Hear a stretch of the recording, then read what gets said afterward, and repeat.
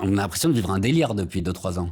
Alors, moi, je dirais que je suis complètement d'accord avec ça. Ce que tu disais avant, c'était très bien documenté par Serge Halimi dans son livre Les Nouveaux Chiens de Garde, où on voit bien qu'en fait, quand il y a une voix vraiment dérangeante, Mhm.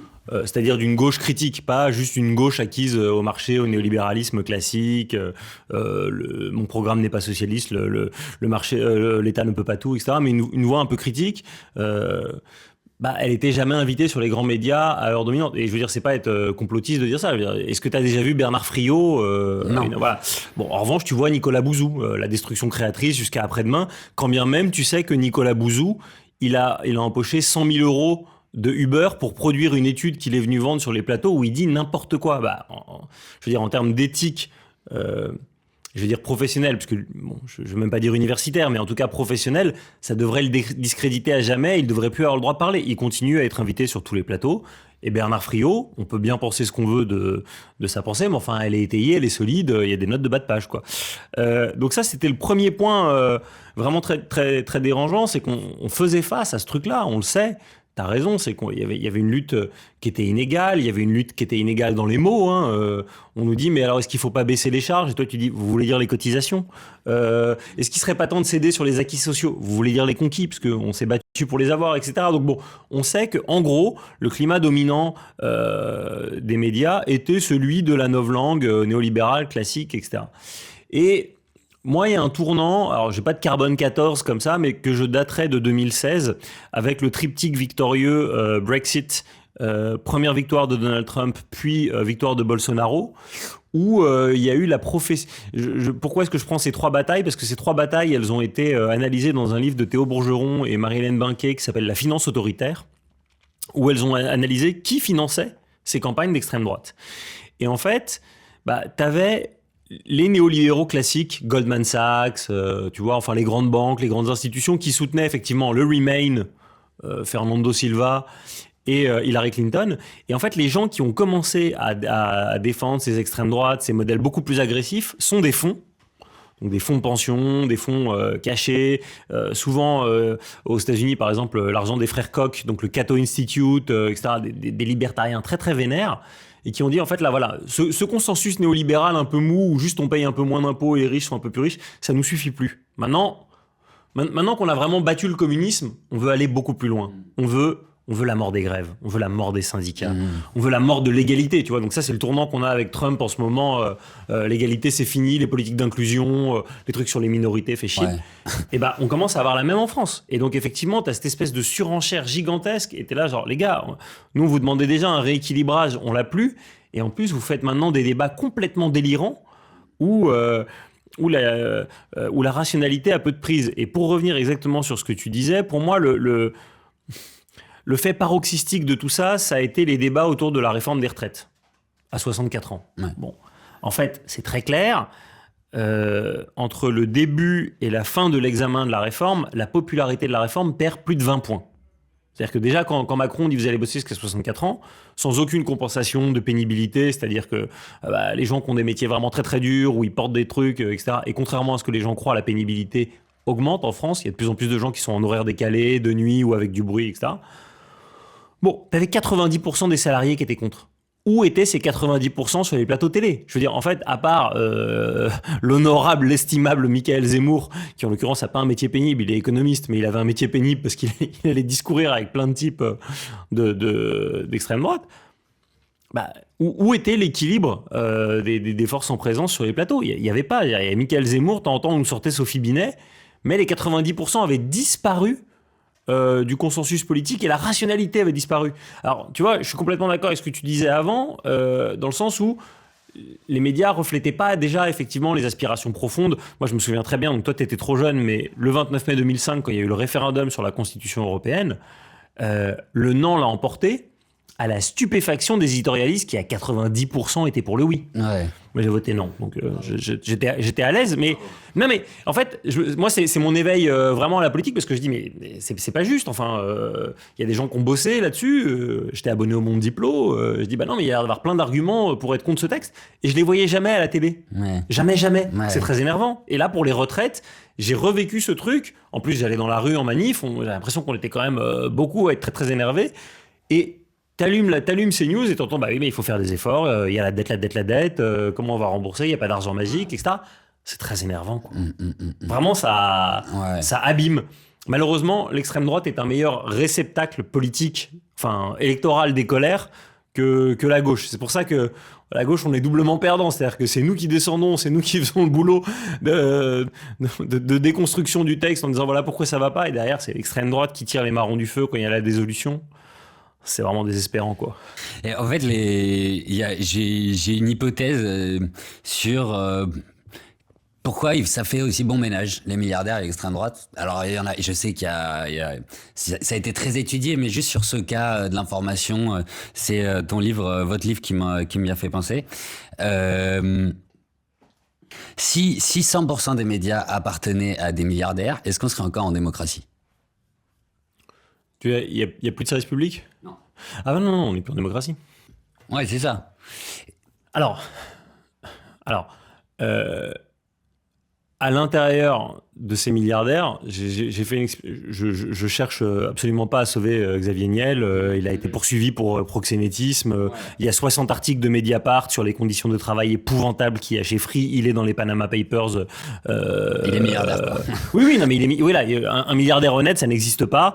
On le dit bien en première page du livre. Les 11 milliardaires qui possèdent l'écrasante majorité des médias en France ont des scandales sociaux, fiscaux, environnementaux à coller à leurs affaires. Donc, fin du game, celle-là, elle est enregistrée.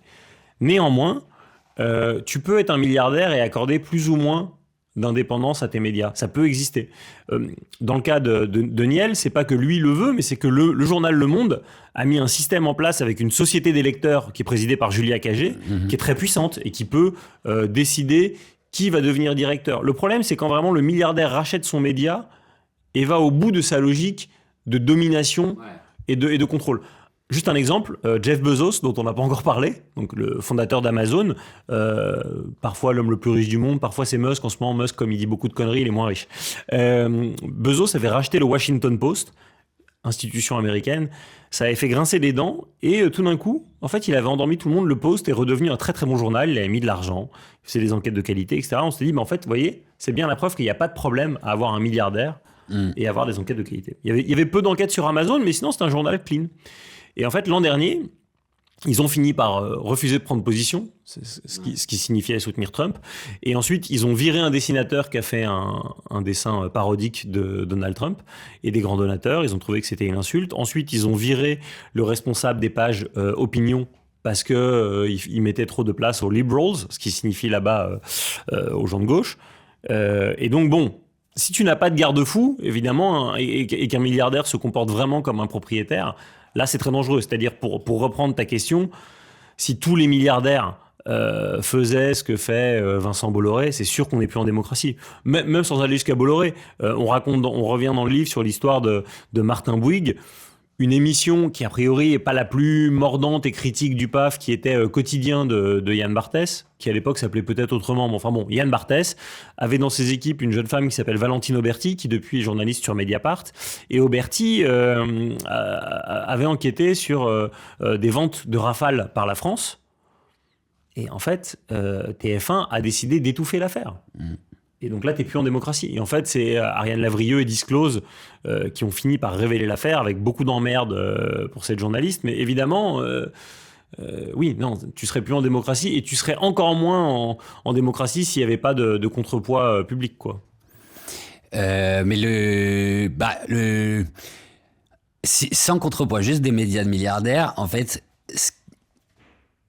pour moi, ils achètent des médias pour étouffer tout ce qui nuirait à leur profit, grosso modo.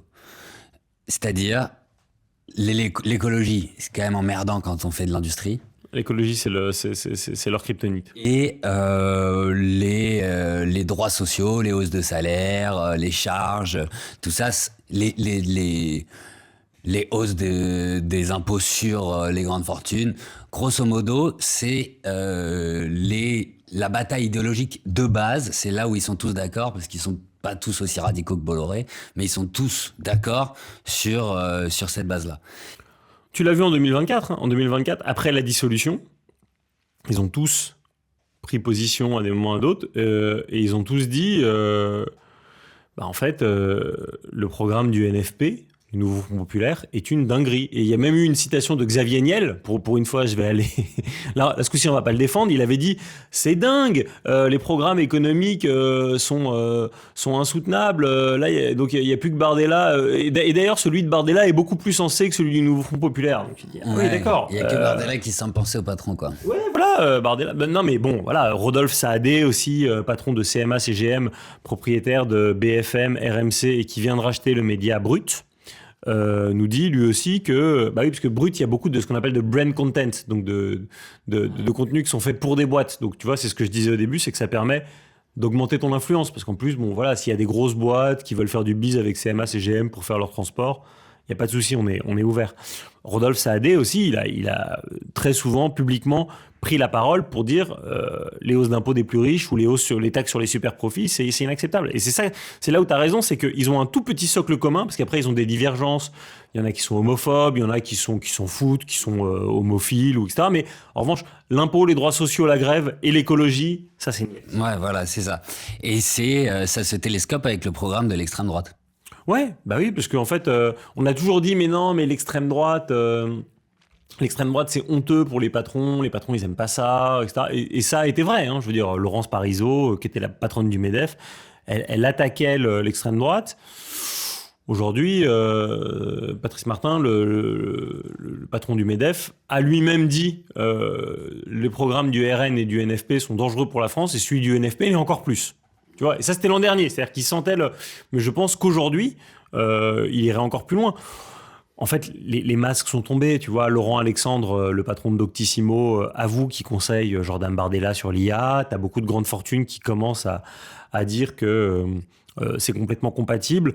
Bernard Arnault a ouvert une tribune, ce qui est très prestigieux, la page ID des Échos, à Marine Le Pen pour qu'elle parle de la dette, ce qu'aucun titre n'a jamais fait. C'est-à-dire que tu trouveras souvent des interviews de Marine Le Pen dans le monde, mais jamais une tribune. Ça, c'est marrant parce que c'est un peu permettre à Marine Le Pen de montrer qu'elle n'est pas l'effrayante socialiste qui était parfois dépeinte par les milieux patronaux. Alors ça, ils vont continuer de le faire. Fait amende honorable. Mais ça, ils vont continuer à le faire jusqu'à 2027, parce que Bolloré a très très activement soutenu Zemmour en 2022. Il n'est pas fan de Le Pen, il préfère Bardella, parce que Bardella veut moins d'impôts, etc. Le Pen m'a l'air peu socialiste au demeurant. Oui, non, mais c'était la... Mais en tout cas, en termes de jeu de rôle, elle apparaît comme ça. Après, en fait, le patronat, il regarde les votes au Parlement. Hausse du SMIC, le RN a voté contre. Taxe des super profits, le RN a voté contre. Même la taxe, la niche fiscale Airbnb, le RN a essayé de la sauver. Donc ils savent bien qu'ils n'ont pas grand-chose à craindre, voire à gagner. Ouais, et du coup, cette destruction de l'information, on peut dire destruction du